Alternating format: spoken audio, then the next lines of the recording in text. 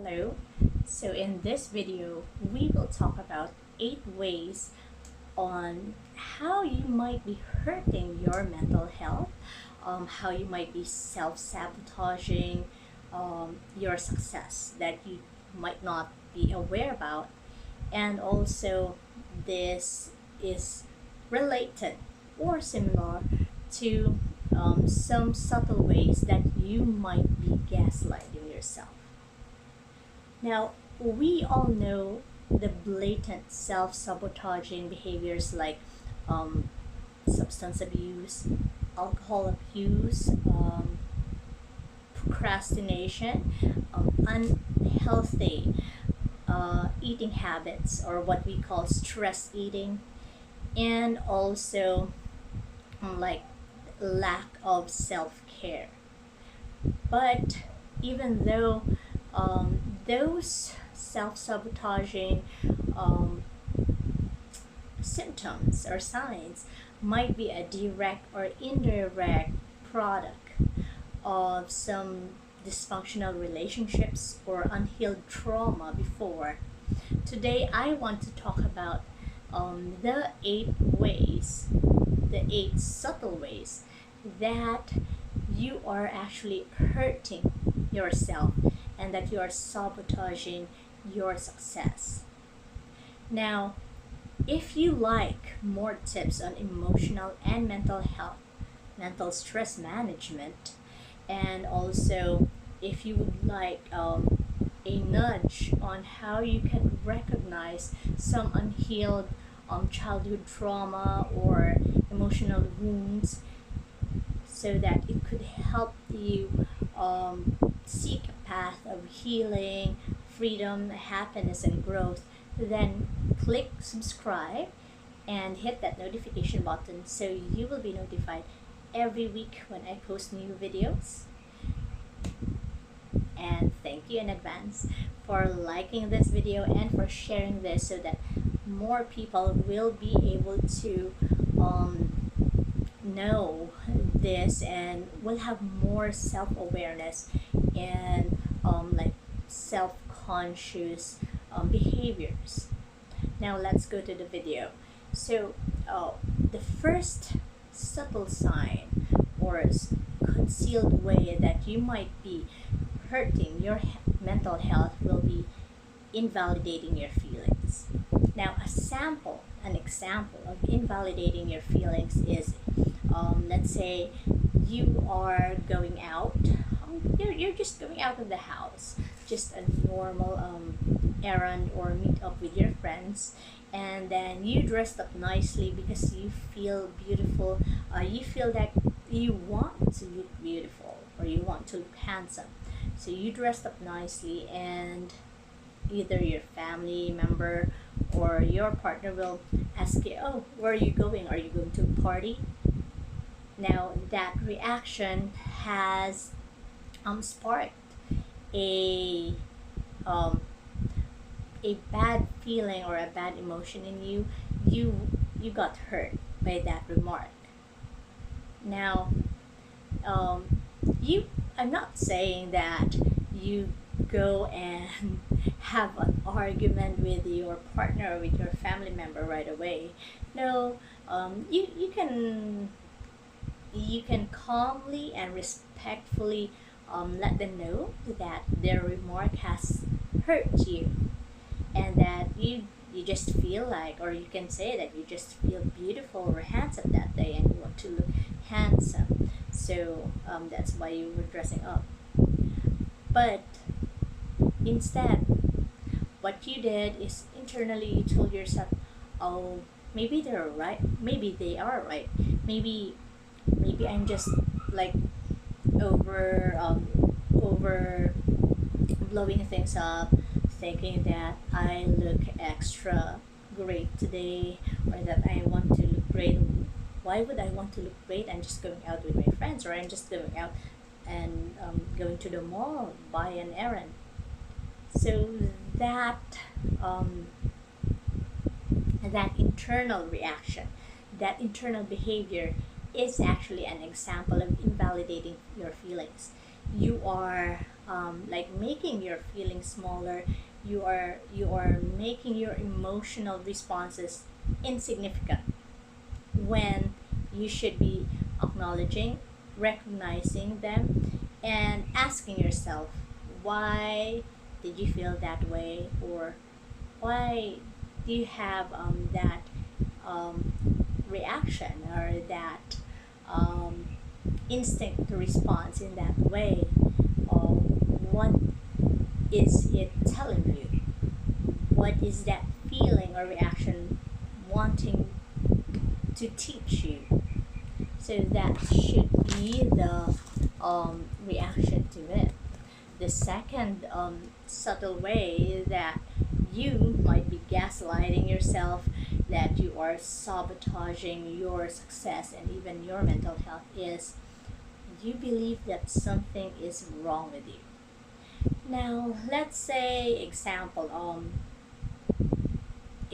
you're a girl and you are really into cars, and you're actually talented, and talented into um, knowledgeable cars, and you have a lot of knowledge, and you read a lot about them. Now, maybe when you were younger, your father or a family member told you that you're a girl, why do you like cars so much? What's wrong with you? Or maybe you're a guy and you are into dancing. You dance really good and you love dances that are um, typecasted as feminine, like ballet or interpretative dancing. So, and same thing, maybe a family member or a friend told you that, well, you're a handsome guy, why are you so into this type of dancing? Maybe there's something wrong with you. Now, hearing that all the time, a lot of times, or maybe those remarks has impacted us or has hurt you a lot, that you came to internalize it, and you came to believe that, yeah, maybe something is really wrong with me. That, when you tell that to yourself, that is you gaslighting yourself. And that is a no no, because um, instead of telling yourself or asking yourself, believing that there's something wrong with you, um, you actually should like take their criticism or their remarks with a grain of salt, and then you can introspect, you can reflect and see if what your passions and your likes really are, and why you like them, and how you can actually use those passions to contribute more to other people, to the world around you, to Mother Earth, to the animals, or to maybe to the expansion of the spirituality and consciousness of those around you. So those are more healthy ways, those are better ways of adapting to that, instead of just believing that something is wrong with you. So every time you have that urge of thinking that something might be wrong with me, tell this affirmation to yourself: I am good enough, I am enough, and I am created by God perfectly. Okay?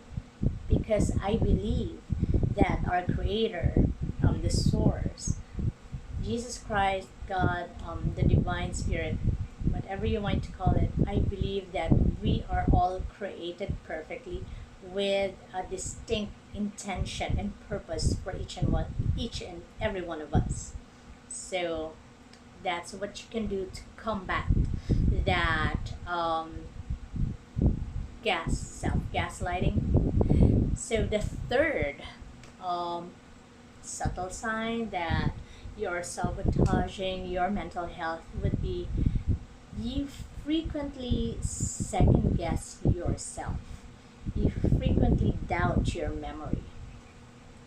Now, this could also be a product of someone from like your either your childhood or your previous dysfunctional relationships that is manipulating you and that is playing around with you, like making you think that your recollection of things is incorrect. Example, when you tell them that um, they said so, they said this one thing, and then they will tell you that no, you're just imagining it, when in truth you really did remember the facts, what happened. It's really the truth that happened, but then they made you feel like you are imagining things or your memory is wrong. That could lead to you second guessing yourself, your own memory, even if you're just by yourself. Now, one way to combat this that I have personally done in myself is if there are things that are usually in question or in argument. Let's say there are topics that I usually remember one thing and then the other person, my family member, remembers it the other way. I write it down. I write it down to the date, the time, the details, and whoever said who, so that there is a recording. Now, if they still don't want to believe, then maybe would want to record that conversation over the phone, so, or video, if they won't get angry that you are making a video of them. So that's one way for you to actually combat or to fight the urge to second guess your memory or yourself. So write things down, put them on your cell phone, write them down, put alarms, put as much detail as you can into those, so that whenever you are doubting your own memory, you could read, oh, I was right. I remembered it right. I remembered it correctly. There is nothing wrong with me. Okay? So the fourth subtle way that you are sabotaging your own success, that you are gaslighting yourself, and that you are hurting your mental health is you tend to make excuses for another person's bad behavior. So, example, this usually happens with dysfunctional or toxic relationships, but this could also happen with dysfunctional family dynamics. Example, your partner is always late and is late again, and then your parents are actually getting angry and saying, criticizing that he is always late and that he is irresponsible for it. Then you make excuse na, oh no, because he is whatever excuse you want to make, like he is still doing overtime or whatsoever. So you are making excuses for someone's bad behavior. You are like bailing them out when you shouldn't. You shouldn't. If they did something wrong, if it's really a bad behavior that they need to change, let them take the fall for it. Let them have accountability. Let them be responsible for it. If that means that they will get a punishment or a criticism or someone calling them out for it, let it be. They need to know. They are adults. It's not your job, it's not your responsibility to fix them. It's not your responsibility to be responsible for them, for their actions, or for their reactions or emotions. What you can only do is show them the way, show them the example. You can remind them, you can like lovingly remind them or explain to them, but you cannot always be cannot always like save them from punishment of their bad behavior. So yeah, do not do that. If you're doing that, I myself am guilty of doing that before. I have been consciously trying to stop doing that for a family member. I am succeeding 50% of the time, but it's because I love my family member, of course, my family. So there are still times that it comes up automatically. So I have to really be conscious about it. Now, the fifth way that you are subtly hurting your mental health is you are minimizing your experiences. So example, let's say there is a challenging or a defining experience that you have had, um, and it actually has affected you so much. This is somehow similar to the first sign that I said about invalidating your own feelings. So if it has hurt you so much, or it has impacted you, or it has a great big impact on you, then just embrace it, acknowledge it, recognize that that experience has defined you or changed you or made you feel a myriad of emotions. And no matter if other people, if your family, your friends, or even if your partner is telling you, oh, that experience is little or insignificant compared to what I did, compared to what had happened, compared to the problems that I have, compared to the sacrifices that I did. It's okay. Just respectfully listen to them, because we should also not invalidate the experiences and the feelings of others. But don't let them tell you and tell yourself that your experiences are inferior or that your experiences are smaller or insignificant, because they matter. Your experiences matter. Okay? And you can actually reflect, like at the end of the day, before you sleep, you can reflect on what had happened within the day. What are those experiences that you had wished you acted differently? Why did you act like that? Why do you wish you have acted differently? And how can you act differently? So you can like write the experience down. You can also write down what you would want your reaction to have been, or what could be the better reaction that you think. So you could write it down, and then you could even plan like for tomorrow, if that experience is something that could repeat often or on a daily basis. Then you could plan, tomorrow if this happens again, I will not react like this anymore. This is what I'm going to do. Are the steps that I'm going to take. Okay. Now, also on the same note, before you sleep, you should reflect on the things that happened on the day that you have liked, the things that made you feel happy, the small wins. And then, yeah, it's always good to actually to feel good, to feel happy, to feel at peace, to be smiling before we sleep.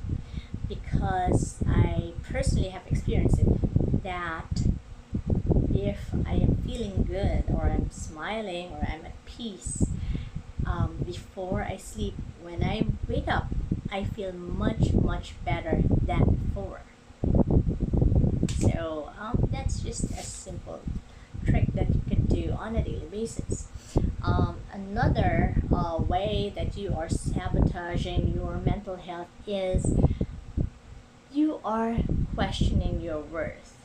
Now, I am guilty of this, and I think each and every one of us is at one point or another guilty of this, because let's face it, we're all humans. Now, unless you have a narcissistic personality behavior that you think all the time you are top and you cannot be wrong, you can never be wrong. But fun fact, narcissists or those with a narcissistic personality behavior actually have um, fragile egos themselves. They themselves are afraid, they themselves are insecure. That's why, as a coping mechanism to their fear, their insecurity, to their pain, because they also, most of them also came from unhealed trauma, and in order for them to cope up with this and continue surviving in this world, they had developed that narcissistic behavior around themselves. But nonetheless, if you're questioning your worth, try to do this. When this happens to me, I tell this mantra to myself that I am loved, I am protected, I am well provided, and that Donna, myself, I thank you for always being there, and for being there even if no one is actually there. Knowing or recognizing, telling yourself that you are there for yourself, that you yourself are the reason why you are still standing right now, why you are thriving right now, why you are successful, or why that you are the reason on how and why you have overcome all those problems and like a mountain of troubles that you had before. Saying that to yourself, acknowledging it, will open your eyes to see that you have done so much for yourself that others were not able to do. You were able to help yourself so much when others were not able to help you, and you were able to pick yourself up when others do not even want to like be involved with you. So the fact that you did that all by yourself, and of course with the grace of our divine creator, then you are stronger than you think. You are smarter than you think. You have a lot of skills and talents that you just don't see, or else you won't be able to pick yourself up to help yourself in the times that no one else have helped you. And you could also keep a journal and write down the things that other people describe you. Like, what are the things that you think other people like about you? Write them down. What are the things that you think you like about yourself? Then write them down also. What are your achievements? What are the things that you did that you are proud of yourself? What are the things that you did that others are proud of you? Or in what ways have you helped others? So write them all down on your journal. Whenever you are feeling that you're questioning your worth, you can read them. So it will remind you of how enough you are, how you are created perfect by our divine creator, thinking you're perfect for the purpose that you are intended to be. Now, the seventh way that we are hurting, or you might be subtly hurting your mental health and sabotaging yourself, is you constantly blame yourself for everything and anything. Like, do you I've actually mentioned this on my people pleasing behavior video. You always apologize for almost anything and everything that you say. And if like something bad happens around you, you feel like it's your responsibility, that you are at fault for not being able to prevent that failure, that mistake, that uncontrolled situation. So if you are constantly blaming yourself, then know that you should be you should be conscious about this. You should catch yourself about this, and read those tips that I told you a while ago, to journal the things that you like about yourself, the things that you think other people like about you, the things that you have helped with others, your achievements. Read them again so that you will know, you will be reminded that you have done a lot of good, you have done a lot of achievements, you have done a lot of help, that you are not to be responsible for everything. There are things that you cannot control. There are things that other people are responsible for it, not you. And lastly, the eighth subtle sign that you are self-sabotaging or gaslighting yourself is that you tell things to yourself that you will never tell others. Would you tell others that they are stupid? Would you tell others that you wish they were never born? Well, if not, or would you tell others that they are just faking it? They are just like pretending to be successful, but they're really not. If you will not tell others those words, then why are you telling them to yourself? Sometimes the worst critics that we have is ourselves. And sometimes it is again a product of gaslighting or manipulation from a previous dysfunctional relationship, or a childhood trauma, or an emotional trauma that you were not able to get over from. Now, if this video has helped you, please give me a thumbs up, subscribe, and hit that notification bell so that you will be informed when I post new videos. And you can also share them so that other people will benefit of this self-awareness, of these tips that they can do to counteract this self-sabotaging, self-gaslighting things that we all do to ourselves. And thank you so much.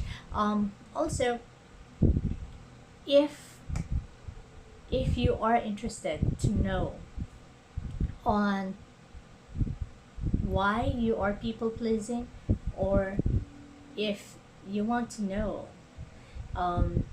why your people pleasing feels like it's a trauma, feels like it's a coping mechanism for something, then watch out for my next video, or you can click my next video, and I will see you there. Thank you so much, and God bless.